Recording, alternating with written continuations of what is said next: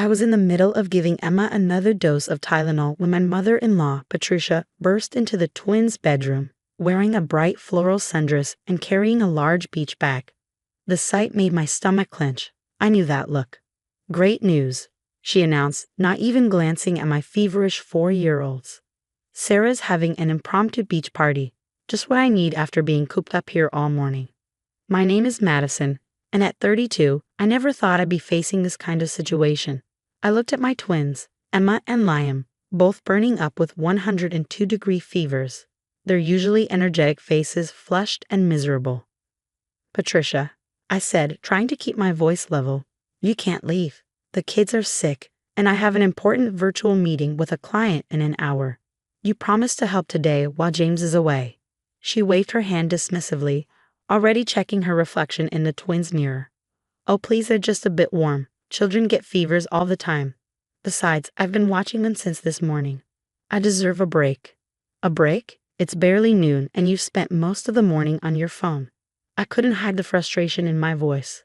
The twins had been up all night with high fevers, and I was running on coffee and worry. "Don't be so dramatic," Patricia huffed, applying a fresh coat of lipstick. "They're sleeping anyway. Just work from their room. I'll be back before you know it." Before I could protest further, she was already heading down the stairs. I followed her, leaving the twins' door open so I could hear them. "Patricia, stop. You can't just." The front door slammed in my face. Through the window, I watched her climb into her convertible designer beach bag in tow and speed away. I stood there in shock, my hands shaking with anger. James was away at a medical conference, and Patricia had insisted on coming to help while he was gone. "You'll need support with the twins," she'd said. "I'm happy to step in. After all, what are mothers-in-law for?" What indeed?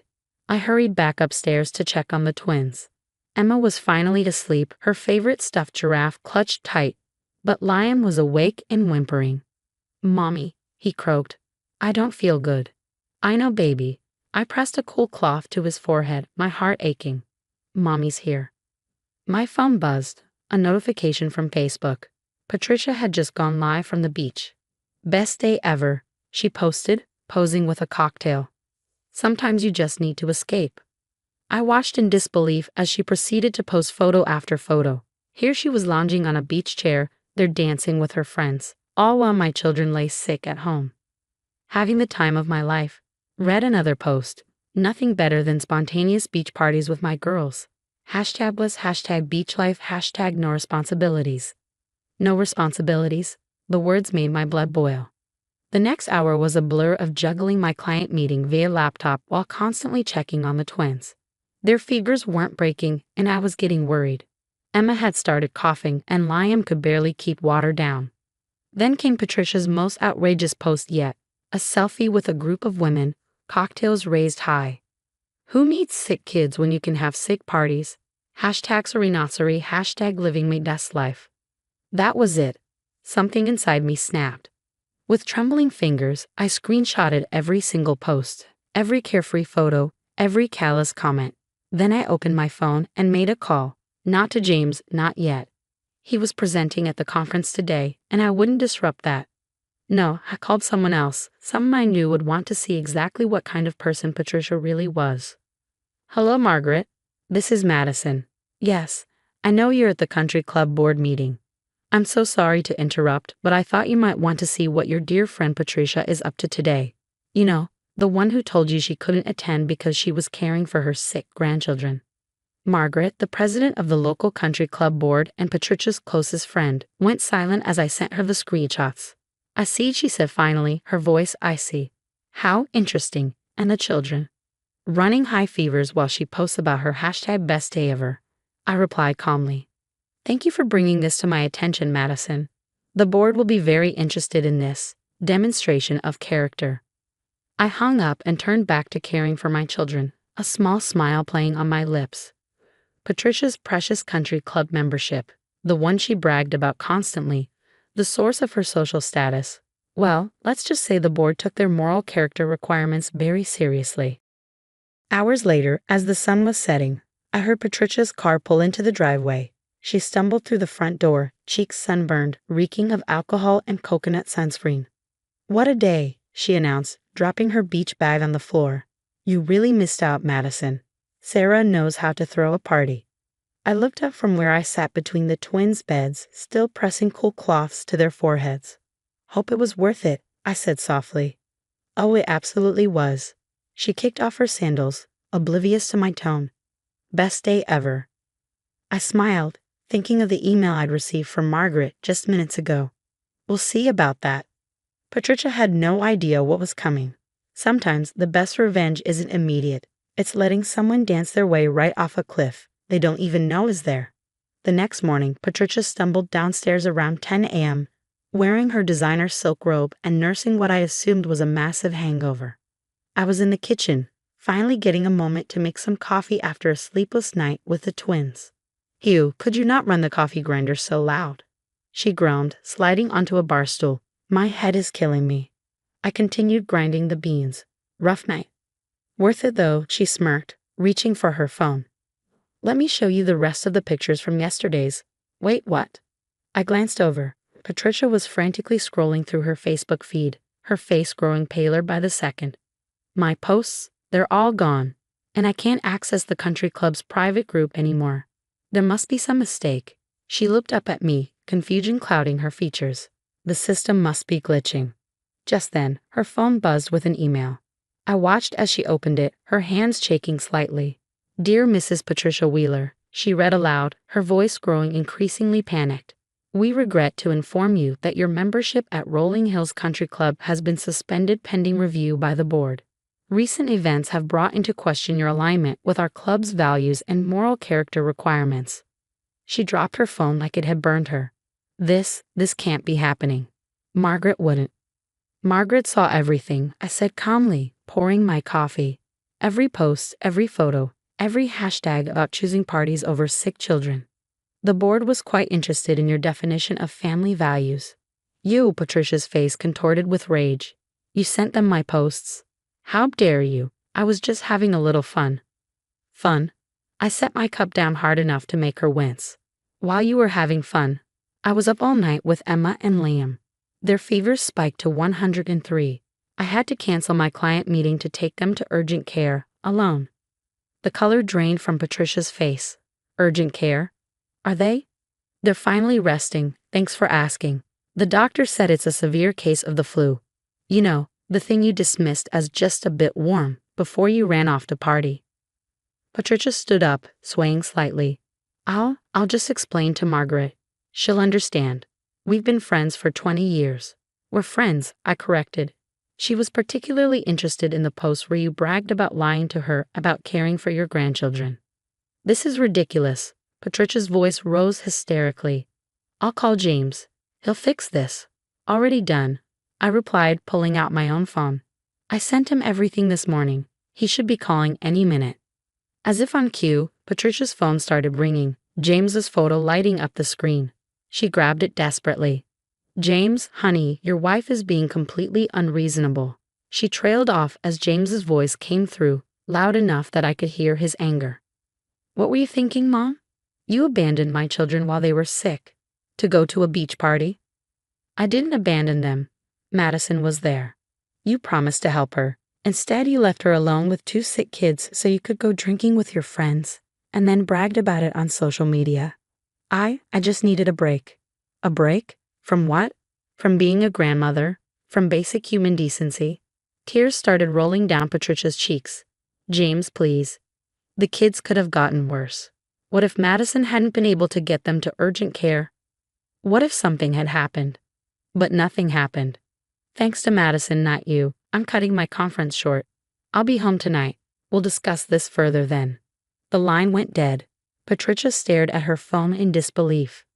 This is all your fault, she hissed at me. You've turned my own son against me. I shook my head. No, Patricia. Your actions did that. The country club, James, Margaret, they're all just seeing who you really are. Someone who puts parties above sick children, who lies to her friends, who brags about neglecting her grandchildren. I didn't. Best day ever, I quoted. Nothing better than spontaneous beach parties. Who needs sick kids when you can have sick parties? Your words, Patricia. All there in black and white. She crumpled into the chair, mascara running down her cheeks. my reputation, the country club, my friends. Maybe you should have thought about that before you left my children alone while they were sick. I started walking out of the kitchen, then turned back. Oh, and Patricia, you might want to pack your bags. James mentioned something about you finding other living arrangements.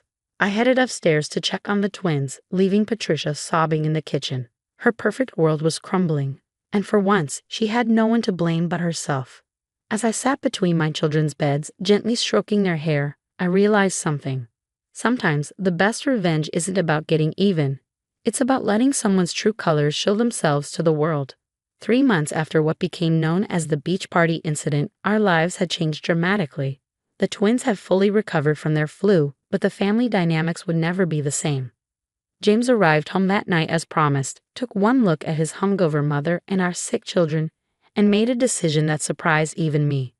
"Pack your bags, Mom," he said, his voice firm. "I've booked you a hotel room. This isn't working anymore." Patricia had tried everything: tears, guilt trips, accusations. "Your wife is tearing this family apart," she wailed as James helped carry her luggage to her car. "No, Mom," he replied calmly. "You did that yourself when you chose a party over your sick grandchildren." The fella at the country club had been spectacular. Margaret, it turned out, had shared Patricia's posts with the entire board. Her carefully crafted image as the devoted grandmother and pillar of society crumbled overnight. The suspension became permanent when Patricia's drunken Facebook rant about stuck-up board members and ungrateful families went viral in their social circle. Now, on a quiet Sunday morning, I sat on our porch watching the twins play in the yard, their energy fully restored. James came out with 2 cups of coffee, handing me one before settling into the chair beside me. "Mom called again," he said, his voice tired. "She's still asking to come back." I took a sip of coffee, and I told her the same thing as always, not until she takes responsibility for her actions and gets help for her behavior. He shook his head. She hung up on me. The past few months had been eye-opening for James. After the incident, other family members came forward with stories about Patricia's self-centered behavior, times she had bailed on babysitting for parties, occasions she had ruined with her drama, promises broken in favor of social events. "You know what the saddest part is?" James said, watching Emma chase Liam around the yard. "She still doesn't understand what she did wrong. In her mind, she's the victim." Just then, my phone buzzed. It was a message from Margaret, who had surprisingly become a friend after everything that happened. "Thought you'd want to see this," the message read, followed by a screenshot of Patricia's latest Facebook post. "Missing my grandchildren. Some people just can't let go of one little mistake. So unfair how quickly people turn on you. #misjudge, #forgiveness, #family over everything." I showed it to James, who sighed deeply. One little mistake. She left our children alone while they were seriously ill, then bragged about it on social media. "And still hasn't apologized," I added. "Dad," Emma called from the yard, "come push us on the swings." James smiled, standing up. "That's a much better use of my time than dwelling on Mom's latest guilt trip." As I watched my husband playing with our children, I thought about how this incident had changed us. James had finally seen his mother's true colors, not just as a mother-in-law, but as a person. The constant excuses, the self-centered behavior, the manipulation, it all came into focus. Patricia had lost more than her country club membership. Her social circle had shrunk considerably after the story spread. Her friends, led by Margaret, had distanced themselves, unwilling to associate with someone who would abandon sick children for a party. She had moved to a smaller house in a different neighborhood, her Facebook now filled with vague posts about forgiveness and family loyalty. Last week, she had shown up unannounced at our door, clutching shopping bags filled with toys. "I thought the kids might like these," she said, trying to peer around me into the house. "Patricia," I replied firmly, "gifts won't fix this. The kids don't eat toys. They needed their grandmother when they were sick." I said I was sorry. "Actually, you haven't. Not once." She left in a huff, the shopping bags still clutched in her arms, posting later about ungrateful families and bitter daughters-in-law. Now, watching my family in our yard, I felt at peace with how everything had played out. Sometimes it takes a dramatic incident to reveal a person's true nature. Patricia had shown everyone exactly who she was, and now she was living with the consequences. "Mommy, Liam called. "Come play with us." I set down my coffee and joined my family by the swings. This was what mattered. These moments, this love, this trust. Patricia had chosen a beach party over her grandchildren, and in doing so, she had lost something far more precious than her social status. She had lost her family's respect, and that was something no country club membership could replace. As Emma wrapped her little arms around my neck, I silently thanked Patricia. Her best day ever had given us something valuable, the clarity to see her for who she really was and the strength to create firm boundaries that protected our family. Sometimes the best revenge isn't about getting even. It's about letting someone's choices reveal their true character to the world.